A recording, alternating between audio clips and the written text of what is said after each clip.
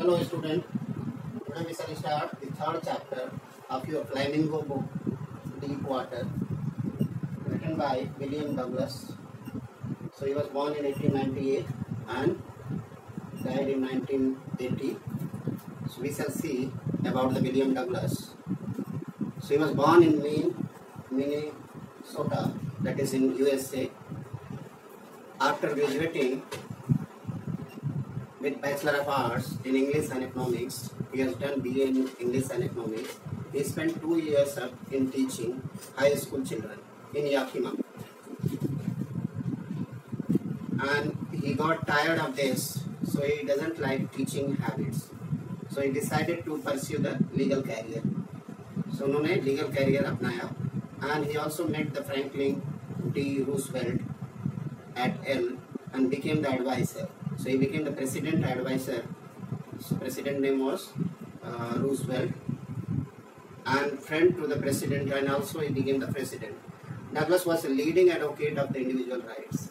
So वो individual rights के advocate भी थे, वकील भी रहे, and वो retired हो गए 1975 में.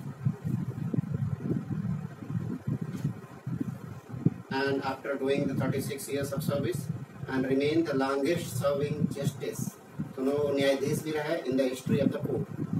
तो 36 years और उसके बाद वो कोर्ट के न्यायाधीश भी रहा. ये जो एक्सट्रैक्ट लिया गया है वो मैन एंड माउंटेन से लिया गया है बाय विलियम ओ डगलस. तो ये एक्सट्रैक्ट डीप वाटर क्या कहता है? डीप वाटर इसमें इन्होंने बताया है कि कैसे जो है ये जब यंग थे विलियम डगलस, तो ये पानी से डर गए और वो डर है, फियर, उन्हें ओवरकम कर कैसे उन्होंने किया.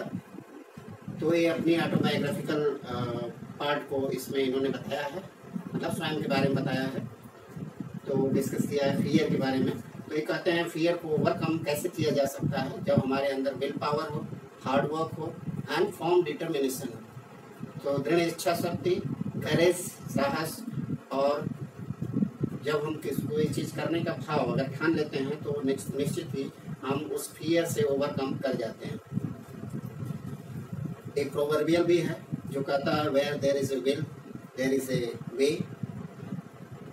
तो इस तरह से हम लोग स्टोरी के बारे में चलते हैं. जब लेखक विलियम डगलस 10 या 12 साल के रहते हैं, 10 या 12 वर्ष के, तभी उनको पुल में YMCA पुल है याकिमा में.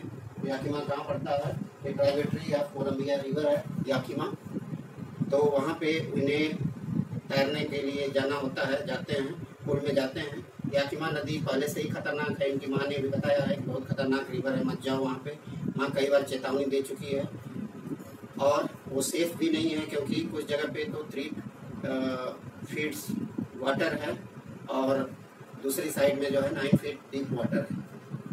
लेकिन जब लेखक 3 या 4 वर्ष के थे तो इनके पिताजी जो इनको कैलिफोर्निया ले गए थे. तो वहाँ पे इन्होंने बीच पर जैसे ही स्नान किया और जैसे ही पानी इतनी तेजी से बीच का आया कि ये अचानक उस वेव से ये लगा कि इतना डर गए कि लगा कि वेव जो है पार फेंक देगी. जैसे आप लोग भी अगर समुद्र के किनारे गए होंगे तो आपको महसूस हुआ होगा कि कैसे वेव जो है आती है तेजी से और पानी जो भी किनारे पर खड़ा रहता है उस वेव के झटके में आ जाता है. तो इसी तरह से जो है लेखक भी बहुत तेजी से डर गए जब ये अपने पिताजी के साथ कैलिफोर्निया गए थे. पिताजी ये देख करके हंसने लगे और उन्होंने लेखक जब सबसे पहले जब गए और उन्होंने हाथ पैर मारना शुरू किया उस पुल में, YMCA पुल है, YMCA का जो पुल है याकिमा रिवर में, और तभी एक दुर्घटना घटी. पुल में वो अकेले गए हुए थे और डर गए, इतना डर गए कि वो कहीं साइड में बैठ गए. तभी एक कोई जवान लड़का आया जो कि 18 साल का था और इसने क्या किया, इनको उठा करके पानी में फेंक दिया. और जब पानी में फेंक दिया तो इतने अभी उसी में जा करके बेचारे एकदम पानी पीने लगे और कूदने, एकदम इनको समझ में नहीं आ रहा था कैसे निकले बाहर. काफ़ी लंबे स्ट्रगल के बाद कुछ नहीं हुआ, इन्होंने हाथ पैर भी मारा तो भी ये बिल्कुल निकल नहीं पाए, एकदम असफल रहे निकलने में. लेकिन अब इनके हाथ पाँव भी फूल रहे थे कि भाई क्या होगा. और वो माँ को भी आवाज़ देना चाहते थे उसी पानी में से, लेकिन उनकी आवाज़ ही नहीं निकल रही थी. डर के कारण इनकी हालत इतनी खराब हो गई कि इनका हाथ पांव तक फूल गया था, मतलब इतना ज्यादा पानी भी इनहेल कर चुके थे, ये सभी हालत थी। इनको चारों तरफ पीला ही पीला दिख रहा था, पानी लग रहा था पीला हो गया, और सारे प्रयास इन्होंने किए निकलने के लिए उस पुल से, लेकिन निकल नहीं पाए। अब उसके बाद इनकी आंखों के सामने अंधेरा हो गया और अचानक इतना ज़्यादा डर गए और डर से इन्हें छुटकारा नहीं मिल पाया। लेकिन इन्हें जब जैसे ही इन्हें किसी ने बाहर निकाला तो इन्हें इतना याद है कि उनकी हालत बहुत ही नाजुक थी और वो सोचने लगे कि पुल के किनारे इन्हें किसी पेट के बल किसी ने लिटा दिया और ये उल्टियाँ कर रहे थे। मतलब जैसे ही आप जानते हैं पानी में जाएंगे और अगर ज़्यादा पानी पी लेते हैं तो पेट के बल अगर लिटा दिया जाए तो बच्चा मुंह के तरफ से पानी निकाला जा सकता है, ऐसे अगर हल्का सा प्रेशर दिया जाए। तो फेंकने वाला व्यक्ति बोला, अरे यार मैं तो मजाक कर रहा था, लेकिन किसी ने कहा कि अरे बच्चा तो मर ही गया होता। इस तरह की लेखक कुछ वर्षों तक जब भी वो झरनों में जाते नहाने वहाने के लिए तो भी ये डरने लगते। इन्हें कई बार चांस मिला झरनों में जाने का, जैसे जो है ये टीटन और पंपिंग रिवर में गए, warm lake of boat rocks में गए, मेन लेक में गए, bass fish of New Hampshire. तो ये जहाँ भी गए इनको काफ़ी ज़्यादा और डर जो है, पुराना डर जो है याद आ जाता। जब भी ये झरने में जाते हैं और नहाने की बात आती तो इतना ज़्यादा डर जाते, पानी का फियर इनके चारों तरफ जो है इनको घेर रखा था। अब इन्होंने कई जगह जो है जाने का प्रयास किया फिश पकड़ने के लिए, ट्राउट फिश ऑफ नेस्चस, सैल्मन फिश ऑफ पंपिंग लेक एंड कोलंबिया।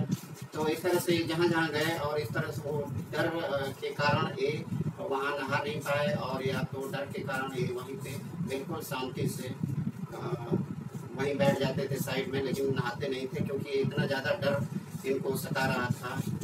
अब आगे हम लोग देखते हैं कि अक्टूबर 1 को लेखक ने क्या किया कि एक तैरने के लिए अपने इंस्ट्रक्टर टीचर, आप कह लीजिए टीचर नियुक्त किया, टीचर ले लिया, टीचर की मदद लेना शुरू किया, और टीचर ने उन्हें हफ्ते में 5 दिन तक सिखाया कैसे 5 दिन तक हफ्ते में ट्रेनिंग दी। हर 1 घंटा रोज आता था टीचर स्विमिंग पूल के पास में, और उसी पुल पर जो है YMCA के पुल पर ट्रेनिंग देता था, कैसे पैर मारना है पानी में, कैसे हाथ मुँह करना है। तो धीरे धीरे जो है उसने कई सारे, एक शुरुआत में तो रोप, बेल्ट और पुली, ये सब की मदद से रोप जो है बेल्ट से जुड़ी रहती थी और पुली पर जो है एक तार था वो उस पर दौड़ता रहता था। इस तरह से कहीं कहीं बंधे रहते थे उससे, और जैसे ही लेखक पानी में आगे पीछे जाते रहते थे पुली की मदद से, एक तरफ से इंस्ट्रक्टर ने उस रस्सी को पकड़ा रहता था।